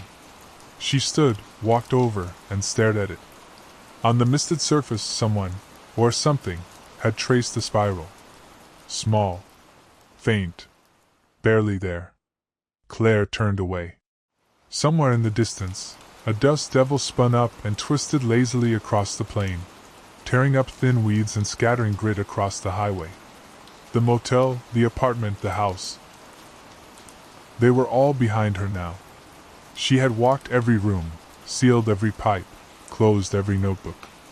But she could still feel it. Like a shadow cast on memory. Not loud. Not active. Just waiting. "Do you think it ever dies?" Claire asked. Eleanor watched the spiral fade from the soda machine as the moisture dried. "No," she said. "But I think it sleeps when we stop listening." Claire looked down at her shadow in the dust. It looked normal. Whole. Dry. She let out a slow breath and whispered, "Then let's forget it." And for the rest of that day, they did. Miles away, hundreds perhaps, a boy turned on the faucet in his upstairs bathroom. The house was new. Suburban. White trim, laminate flooring, a fresh layer of beige paint across every surface. His parents had just moved in last week. His room still smelled like cardboard and bubble wrap. He let the water run while brushing his teeth, eyes half-lidded in the early morning haze. It was cold, perfectly ordinary. He spat, rinsed his mouth, and turned off the tap. Drip. One drop. Then another. He stared down into the sink. The drain was wide and clean, ringed in chrome. But there, just there, in the deepest part of it, something shifted. Not a clog. Not a shadow. A ripple. He leaned closer. And for a brief second, he thought he saw something blink. He jerked back, hard-r. Before it had a roof, before it had a door, before it had a family to live inside it, it had a drain. At the far end of a new development site in a small Texas town, crews laid the foundation for a model home. Concrete trucks lined the road, pouring gray slabs under the relentless sun. Pipes were stubbed out, bathroom, kitchen, laundry. It wasn't finished. Not yet. But it had a drain. And that was enough. The foreman, a man named Eddie Kinley, wiped sweat from his brow as he stepped inside the bare shell of what would become a charming 3-bedroom colonial. He stepped over exposed rebar and looked down into a shimmering puddle collecting inside one of the capped pipes. "Damn irrigation again," he muttered, leaning closer. But the pipe wasn't connected to any water source. It hadn't rained in days. And the puddle was moving. A slow swirl. Like something stirring from below. Eddie frowned. "Hey, Bill!" he shouted toward one of the workers outside. "We got a backflow in the utility pipe." No answer. He looked back down. The puddle was deeper now. Rising. And inside it, a bubble popped. He froze. From the pipe, something long and thin and dark slithered up the side, no thicker than a strand of hair. Then another. Then a spiral of them, reaching out like feelers. And somewhere deep inside that dark column, he heard it. A voice. Garbled. "Write me in." Eddie stumbled back, fell on his ass in the dust, and scrambled away, heart pounding. Behind him, the puddle receded. Gone. When the other workers came around the corner, he said nothing. He didn't know how. The concrete was poured the next day, sealing the pipe beneath the foundation. The house would be beautiful. It would have 4 drains. And soon, it would be for sale. The house sold quickly. A young couple with a 5-year-old son moved in by fall. The yard was just sprouting grass, and the air inside the house still smelled like drywall and primer. Everything was new, bright, unsuspecting. The boy Milo had a room at the end of the hallway. It faced west, catching the sunset through white blinds every night. He was quiet, observant. One of those children who noticed things adults didn't. Especially things that didn't belong. On the second night in the new house, Milo told his parents that someone was whispering to him through the bathroom drain. "Not a person," he said at breakfast, calmly stabbing his cereal with a spoon. "It's a voice. But it's all watery." His mother laughed. "Probably just the pipes. Or maybe the neighbor's plumbing. Sound travels weird." Milo shrugged. It said it was thirsty. They patted his head and moved on. That night, he returned to the bathroom with a flashlight. He knelt in front of the tub. The drain was dry. He clicked on the light and aimed it inside. A gleam. He leaned closer. And for a brief second, he saw his own eye reflected back. But it was wrong. Too big. Too dark. Too wet. A bubble rose and burst. And the whisper came again. "Milo." He didn't scream. He just nodded. "I remember." Because he did. Not as Milo. But as someone else. Something else. As he turned off the flashlight, the water in the toilet bowl shifted, swirling even without movement. The voice reached up through every pipe in the house now. It didn't need to be invited. It had been written in long before the doors were painted or the tile laid. "And Milo?" He smiled. Eyes dry. Voice soft. "I'll keep you company." Weeks passed. The house settled. So did Milo. He stopped talking about the drain. He stopped asking questions about the voices in the vents or the shadows in the mirrors. His parents thought that meant he'd adjusted, that the stress of moving had faded. He was quiet, but always had been. But Milo was listening. Every night, just after his parents went to sleep, he would go into the bathroom and turn on the cold tap, just slightly. Enough for a trickle, a whisper, a rhythm. Drip, drip, drip. Then he would lie down on the tile floor, ear to the cool porcelain tub, and wait. And every night the voice spoke. Not in sentences. Not always in English, but in syllables that sounded like names. Some he recognized. Some he didn't. Nathan, Eleanor, Kinley, Claire, and newer ones. Ones still alive. He repeated them under his breath. A small voice echoing a large one. One night, his mother came to check on him. She found him curled up on the bath mat, eyes wide open, smiling faintly. "Sweetheart," she said, brushing hair from his forehead. "What are you doing in here?" "Listening," he whispered. "To what?" He blinked slowly, then said in a voice that wasn't quite his, "The story underneath." She laughed nervously. "Let's get you to bed, story boy." But that night, when she brushed her teeth, she noticed something odd. When she turned off the faucet, it didn't stop. The water kept running, but not from the pipe. From somewhere behind the mirror. She bent close, and saw her own mouth whispering her name, without moving.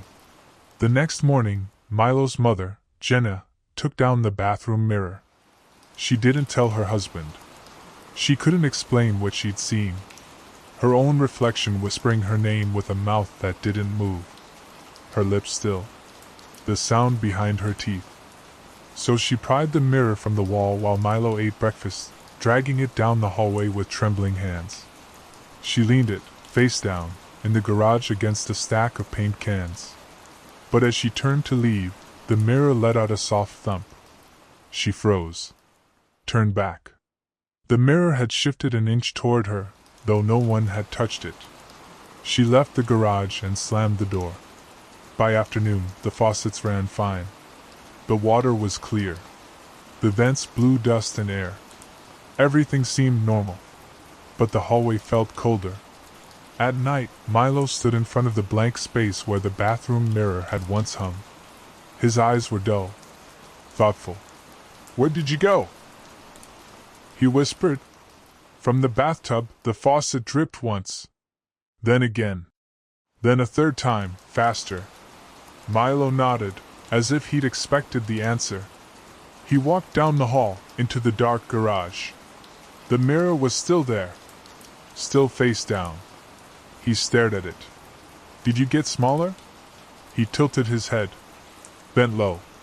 Then, without hesitation, he touched the glass. Not the side facing out. The back. And still, the mirror rippled. The metal frame trembled.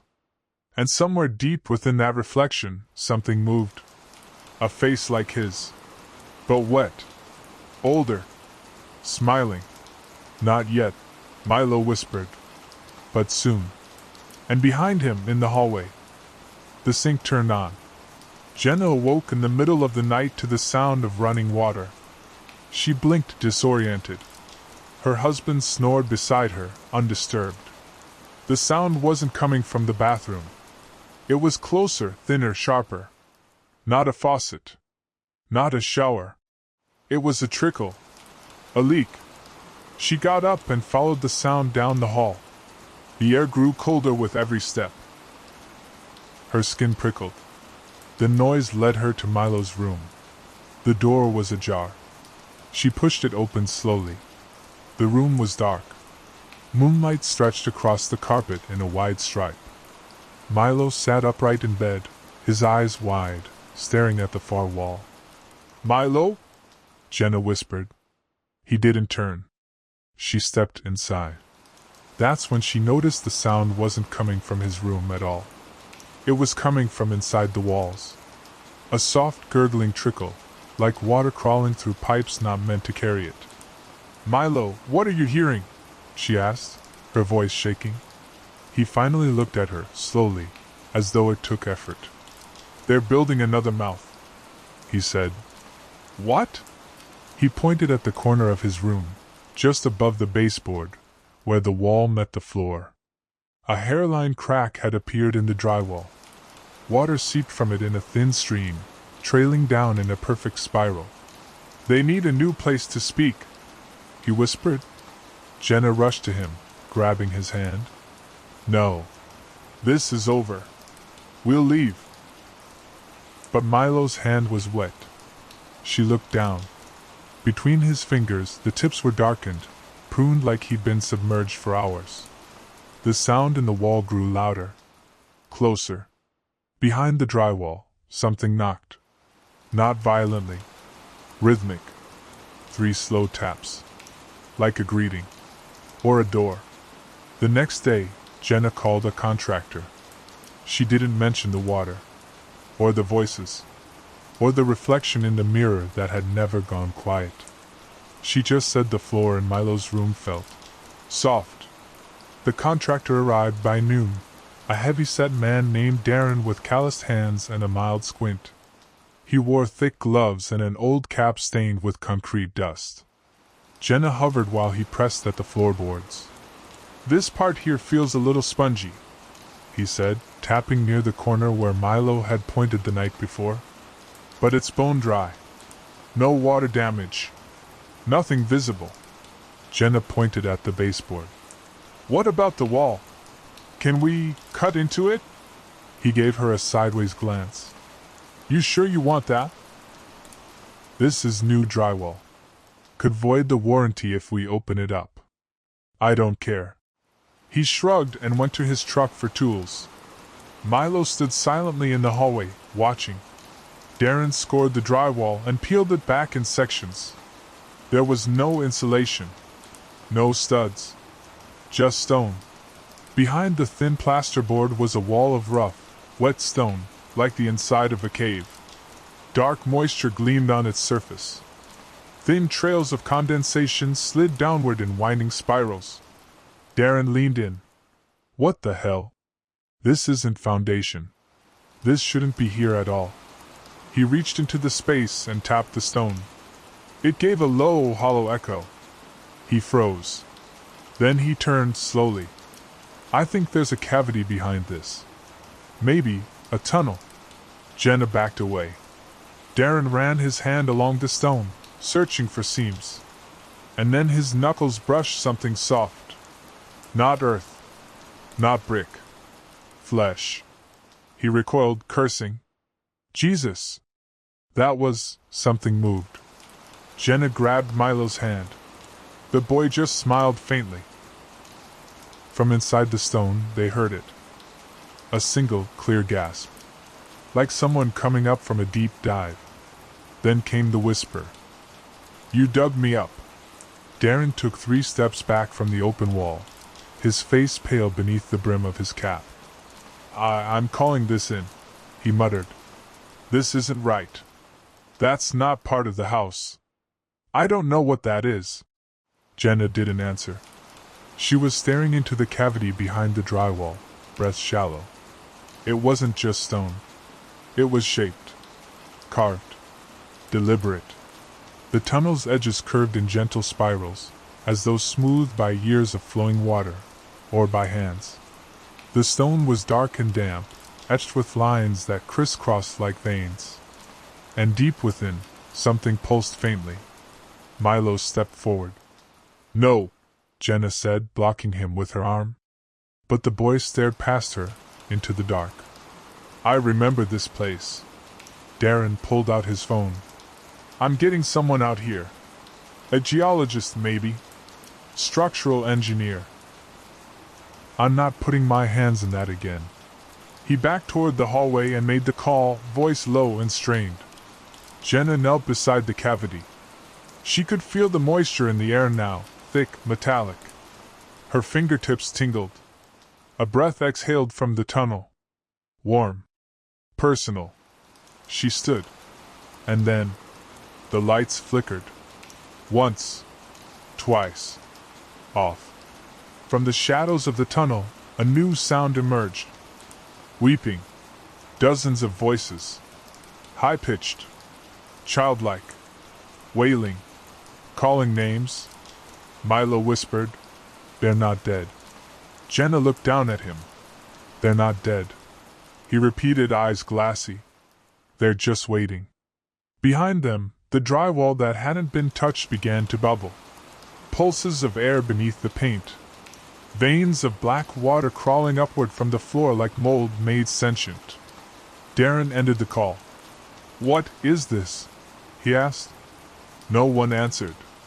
The house breathed in. The hallway rippled.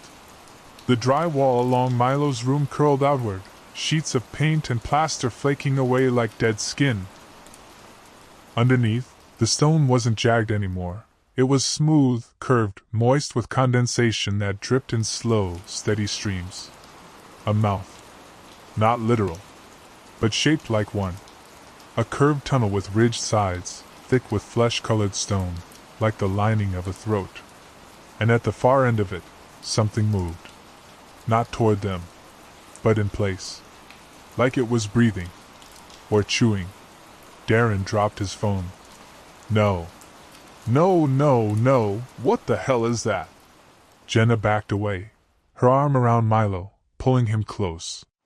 But he didn't resist. He just watched. Calm. Expectant. The house groaned. Something beneath the floor shifted, not like pipes or foundation settling, but like a spine curling. Darren turned to run, but the floor buckled under his feet. He dropped with a shout as a new crack split the hallway open from beneath him. It wasn't deep, just enough to show what had been hidden. Teeth. Small, gray-white shapes embedded in the foundation, rows of them. Not human. Not animal. But unmistakably meant to grind. "Get out!" Jenna screamed, dragging Milo backward. But the boy didn't move. He stood firm, his small frame outlined against the opening tunnel. And from inside that tunnel, a voice spoke, not to Jenna, not to Darren. To him. "Are you ready?" Milo nodded. Jenna screamed again. "Milo, N.O.!" But the house exhaled, a single hot breath from the walls, and the lights blinked back on. The tunnel closed. Gone. So was Milo. The floor was intact. The wall was whole, as if nothing had ever opened. Darren sat frozen, pale and trembling, staring at the drywall. Jenna collapsed to her knees. Her scream this time didn't echo. It was swallowed. 2 days passed. The house was silent. No dripping. No whispers. No Milo. The police came. They searched the entire structure. No sign of entry. No signs of struggle. No holes in the walls, no hidden spaces. Just one room, perfectly intact, with a freshly painted baseboard that still smelled faintly of primer. Jenna didn't sleep. She sat in the hallway outside his door with a flashlight and a knife that she barely remembered grabbing. Every time the wind touched the windows, she flinched. Every creak of settling wood felt like breath. And in her head, the voice echoed, "Are you ready?" She didn't know what it meant. Not really. But she knew where he'd gone. Not physically. Beneath. Not the earth, but beneath story. Beneath the part of the world where things had names and shapes. Where the water waits. That third night, just after midnight, she heard it again. Drip. From the kitchen. She rose.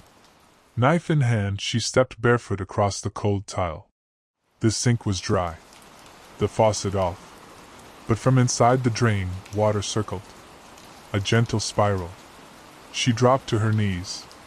Bring him back, she whispered. The water stilled.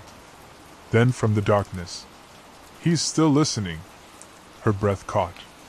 Milo? The drain gurgled once. And then, from the metal throat of the pipe, her son's voice.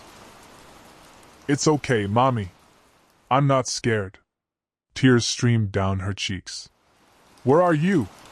In the deep part. She reached toward the drain. Something cold met her fingertips, not water. A hand? Her hand. But wet. She jerked back. The spiral resumed. Come home, she said. Silence. Then Milo's voice, sad now. It's not a house anymore. The lights dimmed. And from the hallway, the faucet turned itself on. The faucet in the hallway bathroom ran for 7 hours straight. Jenna had shut off the main valve. She had unplugged the sink, dismantled the handle, even stuffed the pipe with a rag. Still, the water poured. Endlessly. Clear at first. Then slightly gray. Then dark. She sat in the hallway, back pressed to the opposite wall, watching the door. The water never spilled. It flowed into the basin, disappeared into the drain, too much to be possible. At 3:12 a.m., the flow stopped. Total silence. Then the door creaked open by itself, and the lights within flickered on. The bathroom had changed. No tile. No sink. Just walls painted in spirals, hundreds of them, overlapping, etched into the drywall like they'd been scraped by fingernails. The drain still sat in the center of the floor, embedded in concrete that hadn't been there before. A large one, too wide for a house. It breathed. Not visibly. But Jenna felt it in her bones. A pulse. Slow. Heavy. Mouth-like. She stepped inside. Behind her, the door closed. The light dimmed. And from the spiral-marked wall, a soft voice whispered, You knew it would come back. She nodded once. And the voice said, more clearly now, Say the name. Let me in. Jenna pressed her palm to the spiral on the far wall. It was warm. Slick. The wall shifted beneath her fingers, becoming flesh for a heartbeat. I don't want to, she whispered. A pause. Then her son's voice, closer now, not from the drain, not from the wall. From behind her. But it's already inside. She turned. The room was empty. But the spirals bled now. Thin trickles of black water running down in perfect arcs. And at her feet, the drain spun slowly, swirling inward. She took a breath. Then spoke the name. The one she hadn't said in years. The one that had no owner now. Claire. The moment the name left her lips, Claire, the spirals on the wall stopped bleeding. For a breathless second, everything was still. Then the floor lurched downward. Not like an earthquake, not violent. Like an elevator beginning its descent. The spiral room sank. Jenna dropped to one knee, grabbing the rim of the central drain to steady herself. But it was warm, wet, and alive. It pulsed beneath her hand like a throat swallowing air. The walls began to hum. Soft at first. Then louder. Not mechanical. Musical. A low, keening tune that pulsed with the rhythm of breath and water. And under it, voices. Whispering in layers, names folding over one another like waves breaking on top of each other. Claire. Nathan. Eleanor. Kinley. Milo. Milo. Milo. Jenna looked up. The spirals on the wall began to shift. They turned, not like drawings on plaster, but like gears. A complex dance of interlocking mouths, twisting open, not to reveal something behind the wall, but something within it. The wall wasn't a barrier. It was skin. And the name, Claire, had been a key. A mouth formed in the center of the largest spiral. It opened slowly, a wet vertical gash, and spoke in a voice that was many voices, all drawn through water. You were part of this before you were born. Jenna backed away, but the room kept descending. The light above grew smaller, flickered, then went out. Now there was only glow, a sickly green illusion. Now there was only stone, etched with countless spirals, each carved with precision and familiarity. She didn't just see them. She recognized them. Each spiral was a person, a memory, a moment in the story. Some bore names she had never heard: Calder, Annika, Raleigh. Others made her knees buckle: Claire, Nathan, Eleanor, Milo. One spiral near her foot pulsed. She knelt, placed her hand on it. It was warm, and wet, and beating. Then it spoke, not aloud, but directly into her head. You were never meant to forget. Suddenly the spirals on the walls began to glow, dim pulses, rippling like rings in water. Patterns emerged. Names threaded through names. Voices layered beneath one another. The green glow turned golden, then violet, then black. And in that darkness, a face appeared on the far wall. Not sculpted, not real, but formed from spirals layered upon spirals, until it became something sentient. It opened its eyes like drains, spinning. And it said in a whisper so wide it filled her chest and bones, "You are the ink now." Jenna tried to step back, but her feet were anchored. Stone had crept up around her ankles. It wasn't holding her. It was absorbing her. The voice continued. "We write the mouth, and the mouth writes back." The floor rippled. A spiral beneath her feet expanded outward, swallowing the others, pulsing like a growing storm. And then, she heard Milo. Louder than before. Crying. Calling her name. Not with fear, but with warning. "Mommy! No! It's not me! It's using me!" The spiral flared. Jenna screamed. And everything went dark. Darkness. Heavy and wet, like breath held too long under black water. Jenna floated, not in space, not in a dream, but in story. She couldn't move. Couldn't breathe. Only listen. Around her, spirals spun in silence. Some pulsed gently. Some throbbed like open wounds. Others blinked. And then, a voice, ancient and young, wet and dry, whispered, "You made the drain. You built the spiral. You opened the mouth." She tried to speak, tried to scream, but her voice no longer belonged to her. From the swirling dark, she saw him. Milo. His outline glimmered, stitched in spirals that clung to his skin like chains made of memory. He reached for her. She reached back. Their fingers almost touched. Then the voice boomed. "One leaves. One stays." Milo shook his head violently. "No. No, it was supposed to be her." She called the name. But the mouth didn't listen. The spirals began to contract. Faster. Tighter. Pulling inward toward the center of the story, the place where it began. And suddenly, Jenna understood. It had never been about a haunted house. Not about a cursed drain. Not even about the Watcher. It was about memory. The more remembered, the more powerful it became. The Watcher didn't chase people.